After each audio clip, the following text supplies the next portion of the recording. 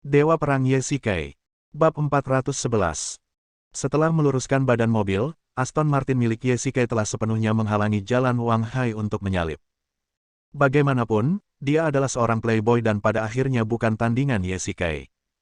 Sejujurnya, Ye Shikai tidak bermaksud menargetkan Wang Hai dan mencegahnya mengalahkan Raja Mobil. Namun dengan levelnya, meski ia tidak punya mobil, Raja Mobil tetap dapat mengalahkannya. Daripada melakukan itu, lebih baik membiarkan Ye Shikai memenangkan perlombaan, setidaknya dia bisa memenangkan sebuah mobil. Maybach yang dikendarai Raja Mobil telah dimodifikasi secara halus. Tidak kalah dengan Aston Martin di jalan lurus, tapi saat melakukan drifting di tikungan, ia lebih memperhatikan waktu masuk dan pemahaman ritme. Terus terang saja, ini semua tentang teknik. Di tikungan ketiga, Ye Shikai dapat melihat dengan jelas proses drifting sang Raja Mobil dari belakang. Setiap langkahnya tepat. Penyimpangan ini tidak hanya membuat mobil memasuki tikungan dengan cepat, tetapi juga menghalangi kendaraan di belakang untuk menyalip. Seorang seniman bela diri. Sudut mulut Ye Shikai terangkat sedikit. Meskipun dia seorang raja balap, dia hanyalah raja balap Yanjing. Dibandingkan dengan dia, seorang master kelas dunia, masih ada sedikit kesenjangan. Tepat ketika Ye Shikai merasa bangga, sebuah bagian depan mobil tiba-tiba muncul di kaca spion. Itu adalah Ferrari milik Wang Hai. Jelaslah bahwa dia sedang menambah kecepatan. Meskipun mobil Ye Shikai berada tepat di depannya, dia tidak takut sama sekali. Apakah orang ini ingin menabrak mobilnya? Ketika kedua mobil itu hanya berjarak 3 meter, Ferrari Wang Hai tiba-tiba melaju. Untungnya, Ye Shikai bereaksi cepat dan bersiap. Hampir pada saat yang sama, Ye Shikai menginjak pedal gas hingga paling bawah dan menghindari tabrakan Wang Hai. Ye Shikai mendesah dalam hati, ini benar-benar berbahaya. Kalau saja dia memutar setirnya tadi, bukan saja Wang Hai dapat menyalip dengan mudah, tetapi Ye Shikai juga pasti dapat membalikkan mobilnya. Dengan kecepatan seperti itu, jika mobil terbalik, sudah pasti mobil itu akan melewati pagar pembatas dan menabrak gunung. Wang Hai di belakangnya memutuskan untuk melakukan hal yang sama, terus-menerus memprovokasi Ye Shikai.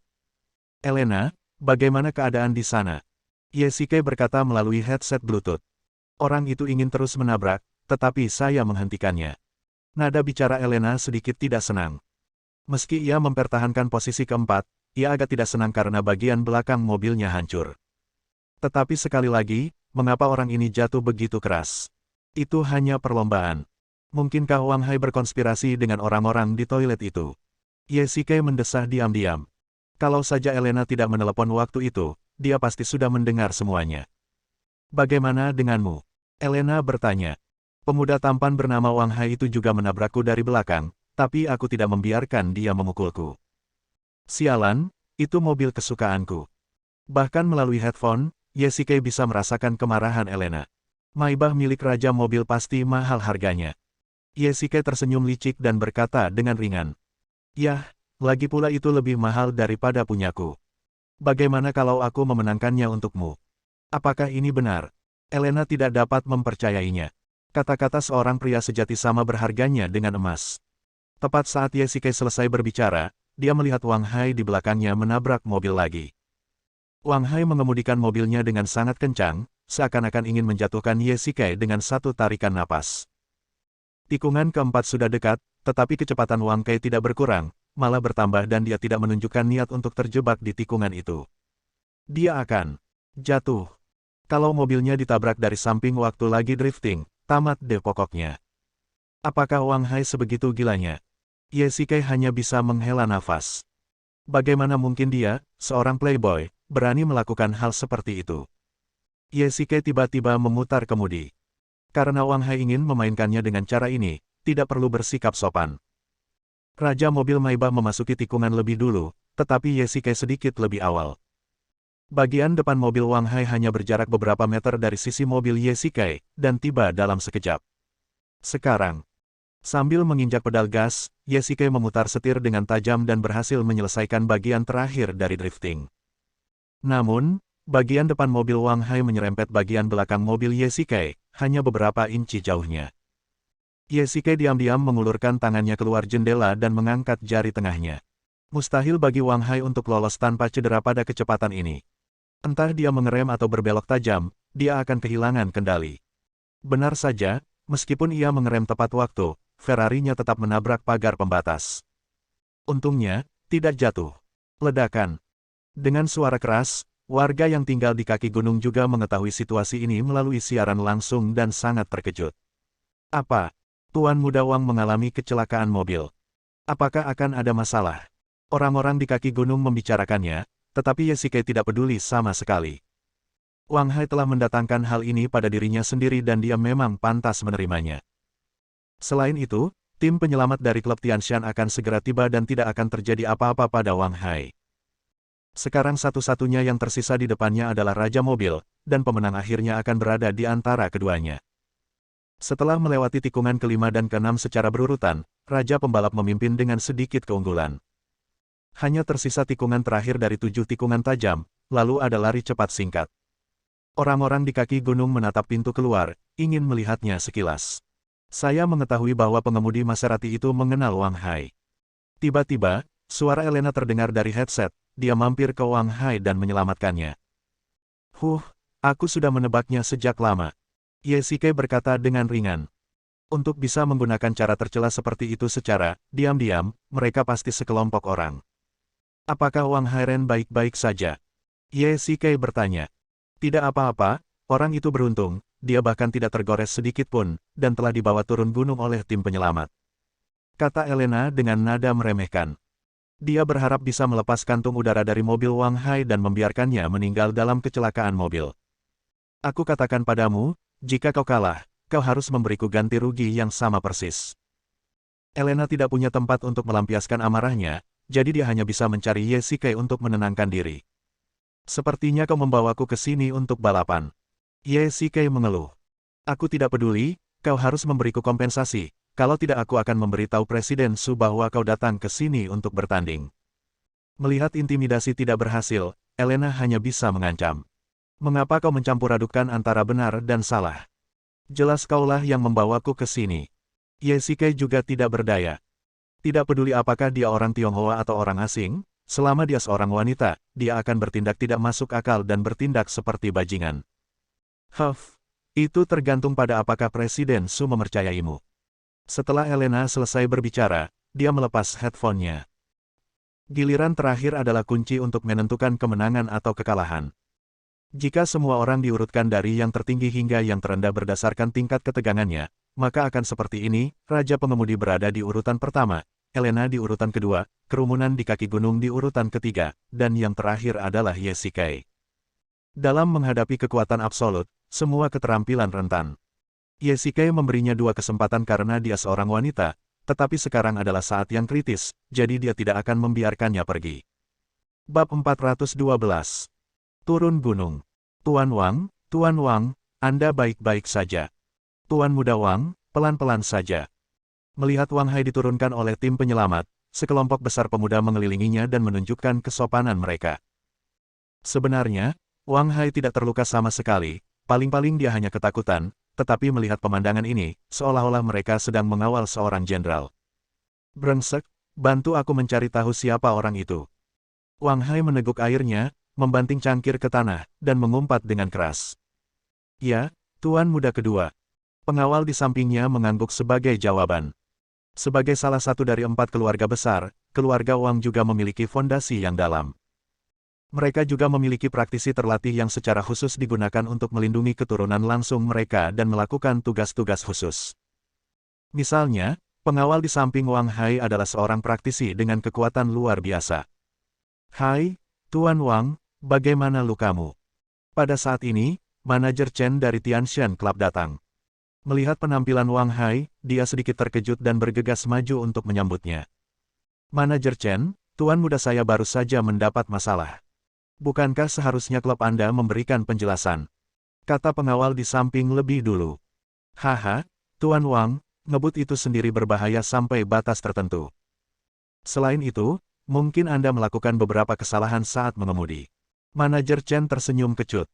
Dia telah melihat setiap gerakan Wang Hai. Jelas dialah yang melakukan tindakan kotor itu dan dia mendapatkan apa yang pantas diterimanya. Kamu benar-benar memfitnah Tuan Mudaku dan berani mengganggu keluarga Wang. Kurasa kamu tidak ingin tinggal di sini. Pengawal itu tiba-tiba menjadi marah. Adalah tanggung jawabnya untuk melindungi keselamatan dan reputasi Wang Hai. Tahukah kamu, keluarga Wang merupakan keluarga teratas di Anjing. Jika mereka ingin menargetkan satu orang, itu seperti menggunakan pisau daging untuk membunuh seekor lalat. Tianzi, keluar dari sini. Wang Hai berteriak, menghentikan pengawal bernama Tianzi. Manajer Chen, ini salahku.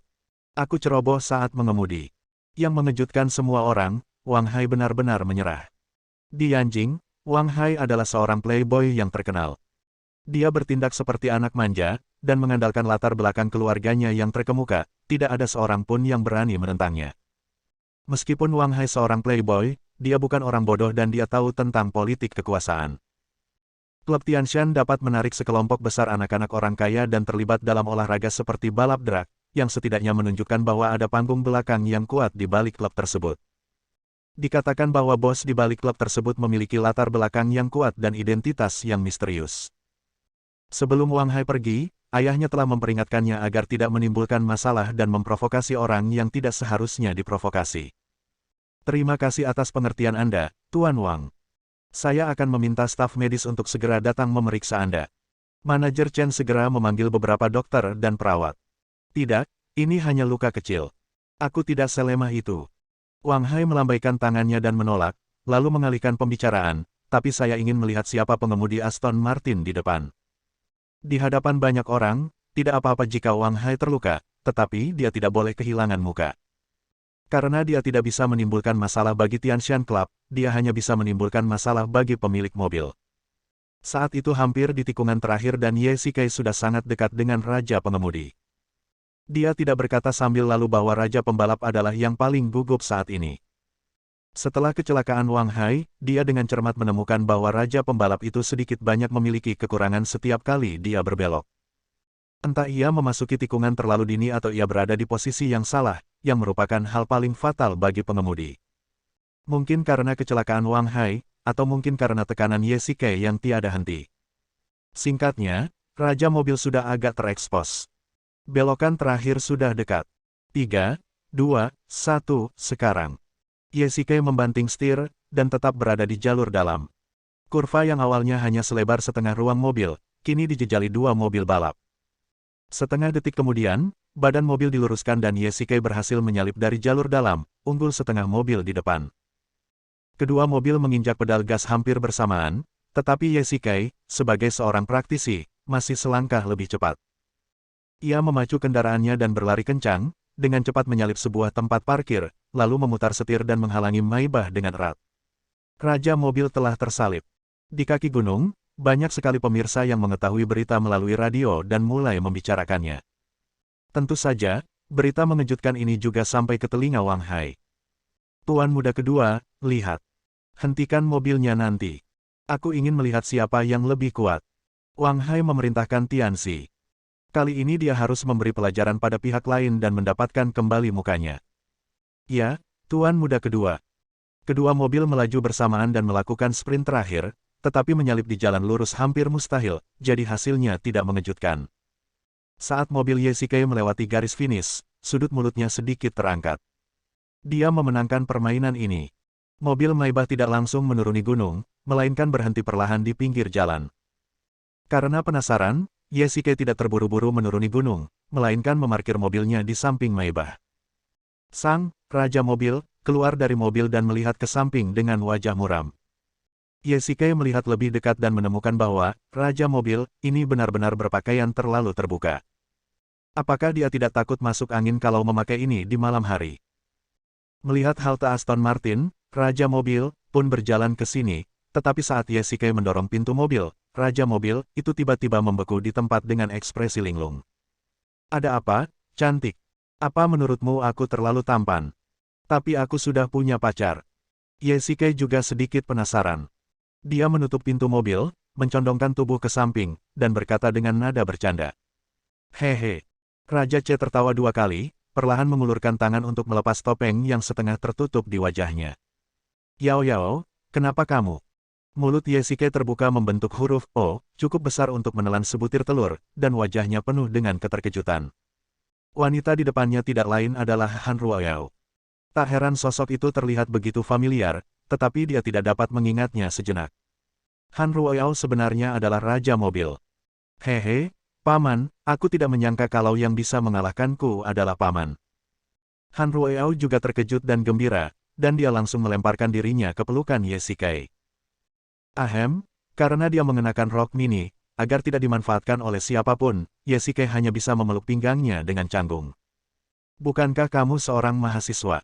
Mengapa kamu masih ikut balapan? Ye Shikai menurunkan Han Ruoyao dan bertanya dengan heran. Tidak bisakah mahasiswa ikut balapan? Tapi kalau dipikir-pikir, Paman, kemampuan mengemudimu cukup bagus. Tentu saja. Bagaimana aku bisa bertahan hidup jika aku kalah dari gadis kecil sepertimu? Ye Shikai mengeluarkan sebatang rokok dari sakunya, menyalakannya dan mulai merokok. Huff, aku sudah di sini lebih dari setahun, dan aku belum pernah kalah kecuali hari ini. Wajah kecil Han Ruoyao tiba-tiba terkulai, dan dia tampak sangat tidak senang. Kamu pasti telah memenangkan banyak mobil bagus. Kamu masih sangat muda, dan kamu bertaruh pada mobil. Ye Shikai menyodok dahi Han Ruoyao dengan jari telunjuknya dan berkata sambil tersenyum. Bab 413. Huff, mereka semua mengajukan diri, jadi akan sia-sia jika aku tidak mengambilnya. Lagi pula, aku melakukannya dengan kekuatanku sendiri, tidak ada yang salah dengan itu. Han Ruoyao membalas dengan tidak yakin. Dia terlihat sangat manis saat marah, pipinya menggembung karena marah. Itu benar, tapi tidak pantas bagimu, seorang mahasiswa, berpakaian seperti ini dan balapan di malam hari alih-alih belajar dengan giat. Ye Shikai memulai mode pendidikan, dan mencoba membujuknya dengan sungguh-sungguh, tetapi Han Ruoyao tidak mau mendengarkan dan benar-benar tidak ada yang bisa dia lakukan padanya. Jadi, apa yang Anda lakukan dengan mobil-mobil yang Anda menangkan? Apakah Anda menyimpannya untuk diri sendiri? Ye Shikai bertanya dengan rasa ingin tahu. Bagaimana saya bisa mengendarai begitu banyak mobil di sini hanya dengan kedua kaki saya? Manajer Chen dari klub akan membantu saya menanganinya dan kemudian mentransfer uang ke kartu saya. Han Ruoyao memutar matanya. Ye Shikai tampak kesal. Siapa yang membuat orang-orang kaya generasi kedua di kaki gunung itu begitu bodoh dan kaya? Demi bisa merebut senyum si cantik misterius, mereka pun langsung menawari mobil mewah. Bukankah itu yang dilakukan Wang Hai? Siapa lagi yang bisa dia tipu kalau bukan mereka? Yang satu bersedia diadu, yang satu lagi bersedia kalah. Ye Shikai membuat perhitungan kasar dan menyimpulkan bahwa Han Ruoyao pasti telah mendapatkan setidaknya ratusan juta tahun lalu. Bahkan tanpa dukungan ayahnya, sang kepala polisi, dia akan tetap menjadi wanita kaya. Tidak heran Su Ziqing masih bisa keluar dan menghabiskan uang setelah Su Qingyu menangguhkan kartu kreditnya. Ternyata itu karena seorang sahabat yang kaya. Ngomong-ngomong, Paman, kenapa Paman ke sini untuk bertanding hari ini? Ini seharusnya pertama kalinya Paman ke sini.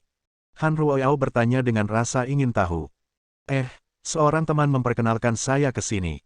Ye Shikai berkata dengan acuh tak acuh. Itu teman perempuan, kan? Kamu keluar sangat terlambat, mungkin kamu tidak melakukan sesuatu yang baik. Han Ruoyao tersenyum licik, saya mendengar dari Qingqing bahwa Sister Qingyu sedang mengadakan jamuan makan di perusahaan, dan dia sedang sibuk menghibur para tamu. Apakah Anda memanfaatkan kesempatan ini untuk datang dan melakukan hal semacam itu? Bagaimana itu mungkin? Ye Shikai menolak dengan tegas, tetapi Han Ruoyao benar tentang satu hal, memang seorang teman wanitanya yang memintanya untuk datang. Bicaralah tentang Cao Cao dan dia akan muncul. Sebuah mobil sport melaju dari kejauhan, dan ketika saya melihat lagi, itu adalah Bentley milik Elena. Yao, sepertinya kita harus turun gunung dulu. Kata Ye Shikai. Paman, tolong bantu aku memakai topeng. Han Ruoyao mengangguk malu-malu dan mengulurkan tangan untuk mengeluarkan topeng yang setengah tertutup. Baiklah, alihkan kepalamu. Ye Shikai mengulurkan tangan untuk mengambilnya dan memasangkan topeng itu ke wajah Han Ruoyao. Dia melilitkan dua tali tipis itu di bagian belakang dan mengikatkannya di belakang kepalanya. Topeng hitam bersih pada wajah cantik Han Ruoyao memberikan kesan misterius dan menyeramkan. Adapun alasan mengapa Han Ruoyao mengenakan topeng, meskipun dia tidak mengatakannya, Ye Shikai juga mengetahuinya. Lagi pula, karena identitasnya, dia tidak bisa menunjukkan wajah aslinya kepada orang lain, dan dia tidak suka dikelilingi oleh sekelompok playboy. Terima kasih, Paman. Ayo berangkat. Di kaki gunung, penonton yang tak terhitung jumlahnya sedang menunggu para pengemudi kembali. Ketika Maybach dan Aston Martin melaju di depan mata semua orang tak dapat menahan diri untuk bersorak. Tidak lama kemudian, Elena dan pengemudi lainnya juga turun gunung. Kecuali Wang Hai, ada 9 mobil, tidak lebih dan tidak kurang. Semuanya, harap diam. Han Ruoyao keluar dari mobil dan berbicara kepada semua orang melalui mikrofon. Saya sangat senang hari ini. Seseorang telah melampaui saya. Berdasarkan perjanjian, mobil saya adalah milik pria ini. Selamat. Han Ruoyao berjalan ke arah Ye Shikai sambil mengenakan topeng, mengulurkan tangan kanannya, berpura-pura menjadi orang asing. Terima kasih atas kebaikanmu, Nona cantik. Mari kita saling belajar lagi saat kamu punya waktu. Ye Shikai dengan sopan mengulurkan tangannya, berjabat tangan dengan Han Ruoyao, dan menemaninya menyelesaikan adegan di depan semua orang. Paman, aku akan menunggumu di box club nanti. Jangan lupa datang menemuiku. Han Ruoyao mendekatkan kepalanya ke telinga Ye Shikai dan berbisik, memperlihatkan senyum tipis, lalu berbalik dan berjalan menjauh dari jalan. Kalau begitu, selamat, Tuan. Mobil ini milik Anda. Ini adalah kegagalan pertama Raja Mobil. Manajer Chen keluar dan berkata kepada Ye Shikai sambil tersenyum. Itu hanya keberuntungan. Aku ada urusan lain hari ini, jadi aku pamit dulu. Ye Shikai mengucapkan beberapa patah kata dengan acuh tak acuh dan hendak pergi ketika sekelompok orang tiba-tiba melompat keluar dari kerumunan. Tuan, Anda sangat berbakat. Saya ingin tahu apakah kita bisa berteman. Pada saat ini, tepuk tangan meriah dari penonton. Melihat ke arah sumber suara, orang yang datang tidak lain adalah Wang Hai. Tuan, saya penasaran bagaimana rasanya tertimpa gunung. Ye Shikai tidak memberinya wajah apapun dan mengejeknya secara langsung. Dia tidak takut kalau orang lain akan mengatakan bahwa dia mengambil keuntungan dari orang lain. Jika bukan karena kepiawaiannya menghindari serangan Wang Hai, dia pasti sudah terbaring di rumah sakit sekarang. Ketika para penonton mendengar ini, mereka tidak dapat menahan tawa. Ada yang tertawa cekikikan, ada pula yang membicarakannya. Wajah Wang Hai tiba-tiba menjadi pucat. Bukankah ini memperlihatkan bekas lukanya di depan semua orang? Bajingan, beraninya kau menghina tuan muda. Mendengar ini, Tianzi menghindar dan mengayunkan tinjunya, mengenai wajah Ye Shikai. Terlalu lambat. Ye Shikai mencibir, dan pada saat yang sama sedikit terkejut. Dia tidak menyangka akan bertemu seorang kultivator, tetapi kungfu-nya tidak cukup bagus. Dia memiringkan tubuhnya sedikit dan menghindar dengan mudah, lalu mengulurkan tangannya dan mengubahnya menjadi cakar, meraih tinju Tianzi. Terlalu lembut. Pukulan Tianzi seperti menghantam dinding besi, tidak dapat bergerak maju sama sekali. Ketika dia memutar pergelangan tangannya lagi, wajah Tianzi tiba-tiba menjadi pucat. Keluar dari sini. Ye Shikai memukul dada Tianzi dengan telapak tangannya, melepaskan tenaga dalamnya, menyebabkan dia memuntahkan darah. Dia terbang seperti layang-layang yang talinya putus dan langsung jatuh ke tanah. Tuan, tampaknya anak buahmu tidak tahu aturan. Tuan belum selesai bicara, tapi anjing itu sudah tidak sabar untuk menggigit. Ye Shikai menggigit kukunya dan mengejek dengan sengaja. Orang-orang di antara penonton tidak berani bernapas. Siapakah pria ini? Dia benar-benar berani menghadapi tuan muda kedua dari keluarga Wang dan memukuli anak buahnya. Jangan terlalu sombong.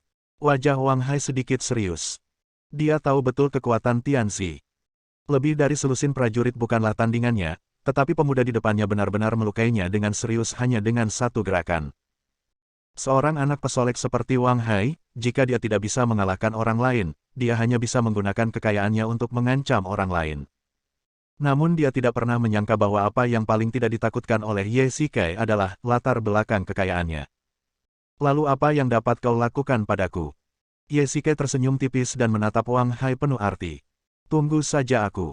Wang Hai mengepalkan tinjunya. Dia tidak bodoh dan tahu bahwa dia tidak akan sebanding dengan lawannya jika mereka mulai bertarung. Dia tidak punya pilihan selain pulang untuk mencari bantuan. Akhirnya, dia pergi dengan malu dikelilingi pengawal. Memotong. Klub, ruang VIP. Paman, kamu hebat sekali. Kamu membuat Wang Hai kehilangan muka. Han Ruoyao berkata dengan penuh semangat saat dia memasuki pintu. Cih, dasar sampah. Untung saja suasana hatiku sedang baik hari ini dan tidak ingin bertengkar. Ye Shikai berkata dengan nada menghina. Paman, hari ini kamu memenangkan maibah dariku. Sayang sekali, kamu kalah banyak. Siapa yang menyuruhmu berjudi? Kamu masih sangat muda dan tidak mau belajar dari kesalahanmu. Percaya atau tidak, aku akan datang untuk menghancurkan bisnismu setiap saat di masa depan. Ye Shikai tersenyum licik. Tidak, itu akan menghentikan sumber pendapatanku. Aku akan mempersulitmu di depan Suster Qingyu. Han Ruoyao panik ketika mendengar ini dan langsung menyebut, Dewa Besar, Su Qingyu. Setengah jam kemudian, Paman, sudah larut malam. Sebaiknya kita kembali. Han Ruoyao melihat arlojinya. Saat itu hampir pukul 11. Baiklah, sudah waktunya untuk kembali dan beristirahat. Ye Shikai berkata sambil tersenyum, mengambil kunci mobil dari meja. Pada saat ini, sudut mulut Han Ruoyao sedikit terangkat. Haha, Qingqing, sudah waktunya kamu keluar. Ye Shikai tiba-tiba berkata ini, dan hati Han Ruoyao tiba-tiba menjadi dingin. Bab 414. Paman, apa yang kamu bicarakan? Mengapa Qingqing ada di sini bersamaku? Jejak kepanikan melintas di wajah Han Ruoyao, tetapi segera dia menunjukkan ekspresi tidak percaya. Namun, Ye Shikai sudah menyadari kejanggalan itu, dan sudut mulutnya sedikit terangkat. Tampaknya tebakannya benar. Benarkah? Kalian berdua punya hubungan yang baik, dia tidak akan tahu kalau kalian di sini untuk bertanding. Ye Shikai tersenyum licik. Dia bahkan curiga bahwa Su Ziqing sudah tahu tentang identitas Han Ruoyao sebagai Raja Balap. Bagaimana mungkin? Dia sangat pemalu, beraninya dia menyetir dengan cepat. Benar sekali. Qingqing pemalu dan pasti tidak berani datang ke sini. Kamu Shikai setuju. Ledakan. Tiba-tiba pintu samping ruangan ditendang terbuka dengan suara keras, dan Su Ziqing berjalan keluar dengan marah. Kakak ipar Bao, siapa bilang aku pemalu?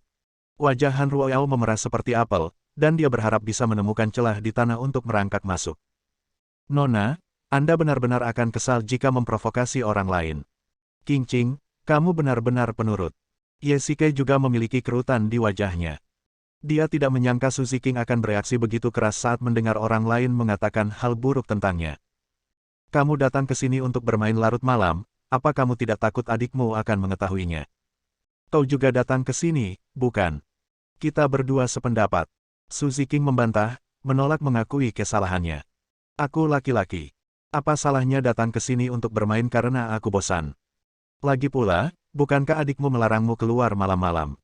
Aku harus meneleponnya dan meminta petunjuk. Ye Shikai berpura-pura mengeluarkan ponselnya. Benar saja, Su Ziqing panik dan mengulurkan tangan untuk meraih telepon. Ye Shikai bersiap dan menghindar ke samping.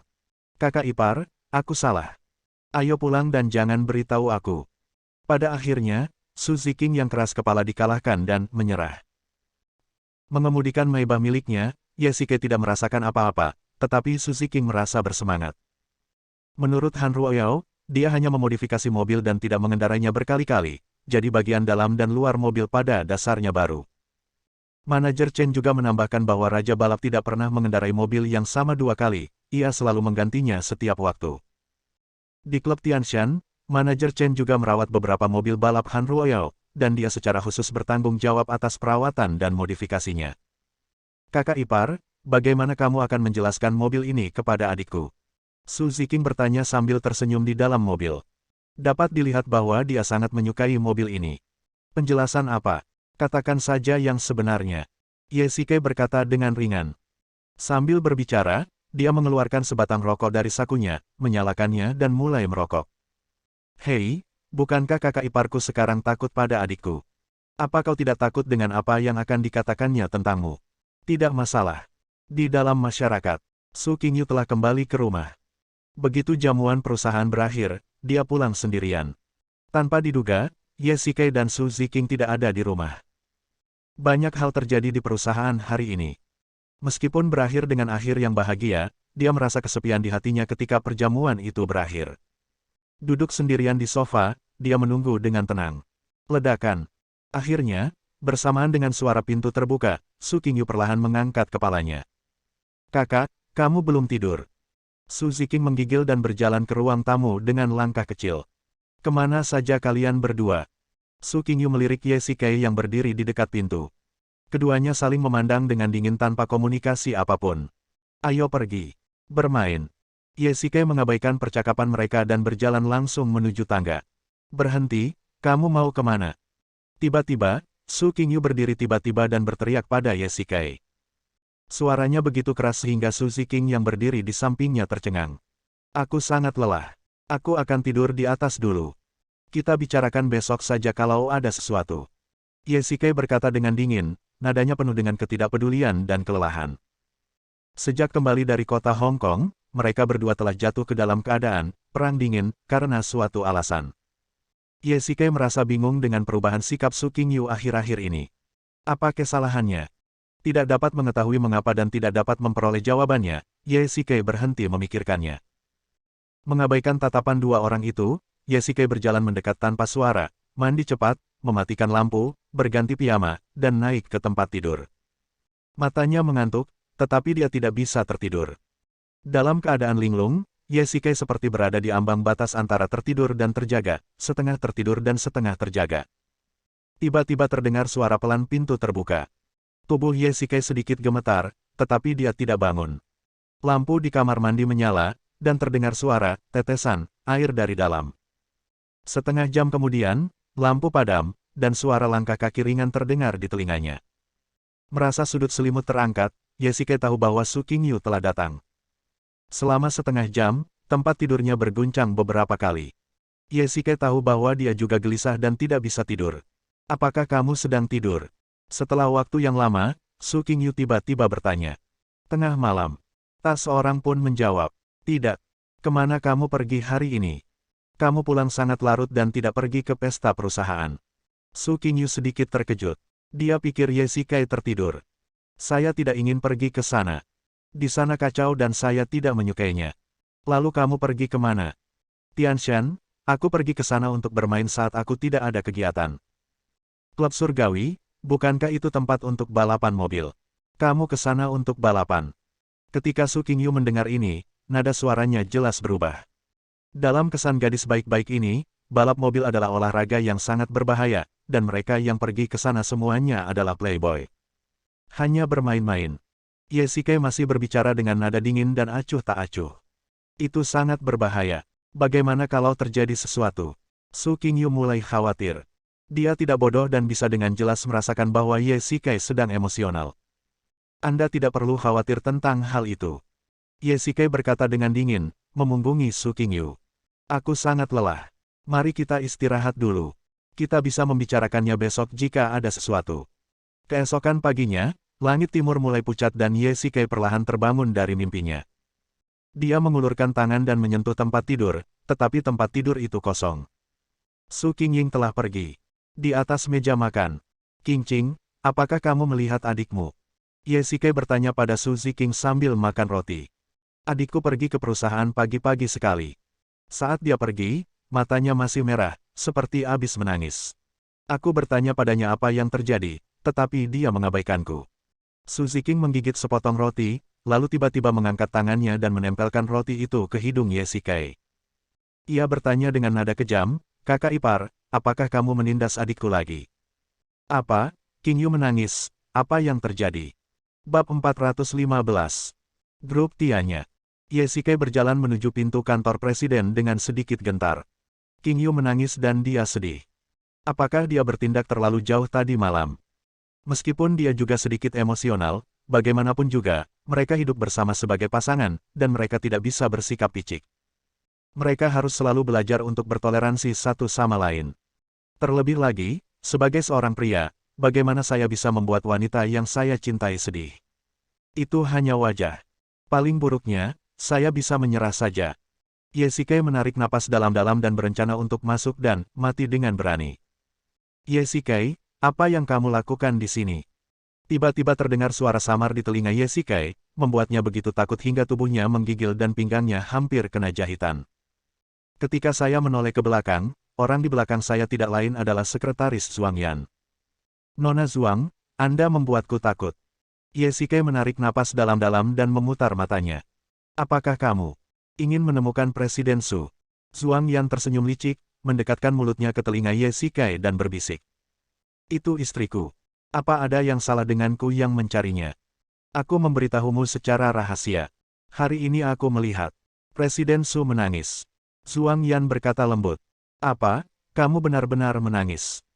Ye tidak dapat menahan diri untuk tidak berteriak, lalu melihat sekeliling dan mendapati tidak ada seorang pun di sekitar, jadi dia menghela napas lega.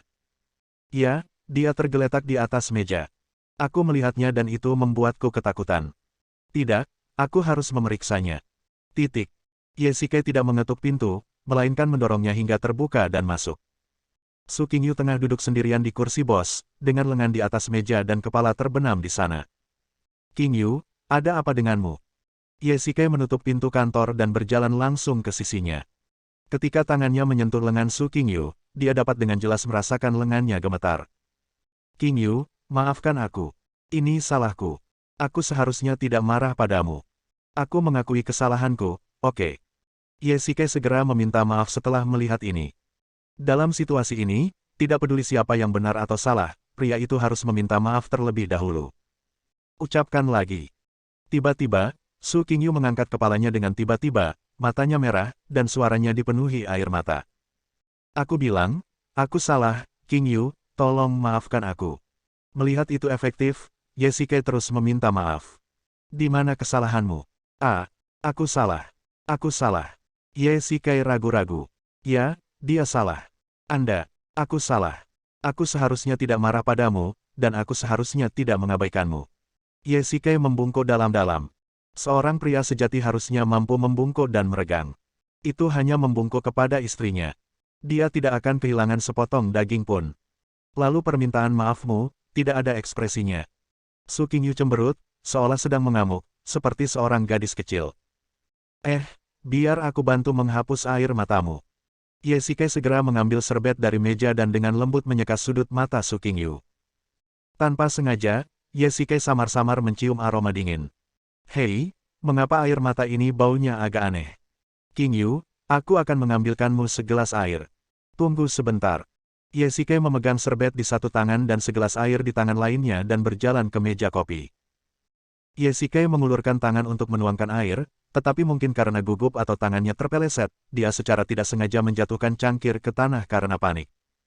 Untungnya itu gelas plastik, kalau tidak pasti pecah. Benarkah? Ye Shikai tidak dapat menahan diri untuk tidak mengeluh dan segera membungkuk untuk mengambil cangkir itu. Hei, apa ini? Ye Shikai secara tidak sengaja menemukan bahwa sepertinya ada sesuatu di bawah meja. Karena penasaran, dia mengulurkan tangan dan mengambil benda itu. Ada botol kecil di telapak tangannya, yang ternyata adalah botol obat tetes mata. Kok bisa ada botol tetes mata di sini? Ye Shikai bergumam, dan seolah kerasukan, dia membuka tutupnya dan mengendus pelan. Rasa ini sangat familiar. Tiba-tiba, Ye Shikai mengambil serbet dan mengendusnya dengan keras. Ada bau dingin yang samar. Bukankah itu obat tetes mata? Ye Shikai berpura-pura menuangkan air dan diam-diam mengamati ekspresi Su Qingyu melalui cermin di sampingnya. Matanya merah dan ada bekas air mata di wajahnya, tetapi apa yang terjadi dengan sudut mulutnya yang terangkat? Su Qingyu tampak tersenyum jelas. Tanpa diduga, dia juga punya pikiran-pikiran kecil seperti itu. Qingyu, kemarilah, minumlah air. Ye Shikai menyerahkan air ke meja. Kamu pintar. Su Qingyu berkata dengan kejam dan meminum air dalam cangkir dalam satu teguk. Tetes mata ini milikmu, kan? Ye Shikai tersenyum licik dan mengeluarkan botol tetes mata. Haha, bocah nakal, biar kutunjukkan padamu bagaimana aku akan mengungkapnya. Ya, ini aku. Ini milikku. Tatapan aneh melintas di mata Su Qingyu. Benar saja, air mata itu adalah obat tetes mata. Dia berpura-pura menangis. Kalau begitu, kamu harus berhati-hati dalam melindungi penglihatanmu. Aku lihat tidak banyak yang tersisa di botolnya, jadi jangan menuangkan terlalu banyak kok. Ye Shikai sengaja mengulur nada bicaranya. Siapa yang bilang? Aku tidak menuang terlalu banyak. Itu yang biasa kulakukan. Su Qingyu tiba-tiba terdiam di tengah kalimatnya, wajah cantiknya memerah. Saya keceplosan. Ye Shikai berkata sambil tersenyum, baiklah, aku sudah mengetahuinya, jangan marah, aku minta maaf padamu. Su Qingyu tidak menjawab. Dia berbaring di atas meja. Dia berharap bisa menemukan celah di tanah untuk merangkak masuk. Itu sangat memalukan. Lagi pula, tidak ada celah antara Ye Shikai dan Su Qingyu. Sekarang ada sedikit kesalahpahaman. Su Qingyu sangat sombong dan tidak akan menundukkan kepalanya dengan mudah, jadi Ye Shikai hanya bisa menjadi orang jahat. Bolehkah aku masuk? Pada saat ini, sebuah suara terdengar di pintu, dan Ye Shikai dengan cepat melepaskan lengan Su Qingyu. Silakan masuk. Su Qing berkata dengan ringan. Orang yang datang mengenakan pakaian ol hitam. Itu Anlan. Dia mengikat rambutnya dengan gaya ekor kuda hari ini dan terlihat sangat menawan. Anlan, apakah ada yang salah? Su Qingyu segera menghapus bekas tangisan di wajahnya. Itulah riasan yang telah lama ia kenakan. Qingyu, Nona Chen Ruoya, Direktur Hubungan Masyarakat Chen Group, datang berkunjung. Apakah Anda ingin bertemu dengannya? Baiklah, silakan minta dia ke ruang konferensi dulu. Saya akan segera ke sana. Mendengar ini, Su Qingyu segera berdiri dan ekspresinya tiba-tiba menjadi serius. Qingyu, seseorang datang ke sini untuk membicarakan kerjasama. Ye Shikai bertanya dengan rasa ingin tahu. Ya, saya menerima undangan kerjasama dari Chen Group beberapa hari yang lalu. Saya tidak menyangka akan ada yang datang secepat ini. Nada bicara Su Qingyu sedikit terkejut dan dia tampak sedikit bersemangat. Chen Group, apakah perusahaan ini sangat terkenal? Ye Shikai bertanya dengan rasa ingin tahu. Ya, itu adalah perusahaan teratas di Yanjing, dan keluarga Chen di belakangnya adalah salah satu dari 4 keluarga besar di Yanjing. Su Qingyu mengangguk dan menjelaskan, lalu mengangkat tangannya untuk melihat arlojinya. Aku tidak akan bicara denganmu lagi. Aku akan menemui Nona Chen Ruoya dulu, dan kau kembali bekerja. Dasar gila kerja. Sudahlah. Aku akan kembali ke kantor dulu. Ye Shikai menatap kepergian Su Qingyu yang tergesa-gesa, merasa agak tidak berdaya. Dia langsung naik lift kembali ke Departemen Hubungan Masyarakat. Bersambung.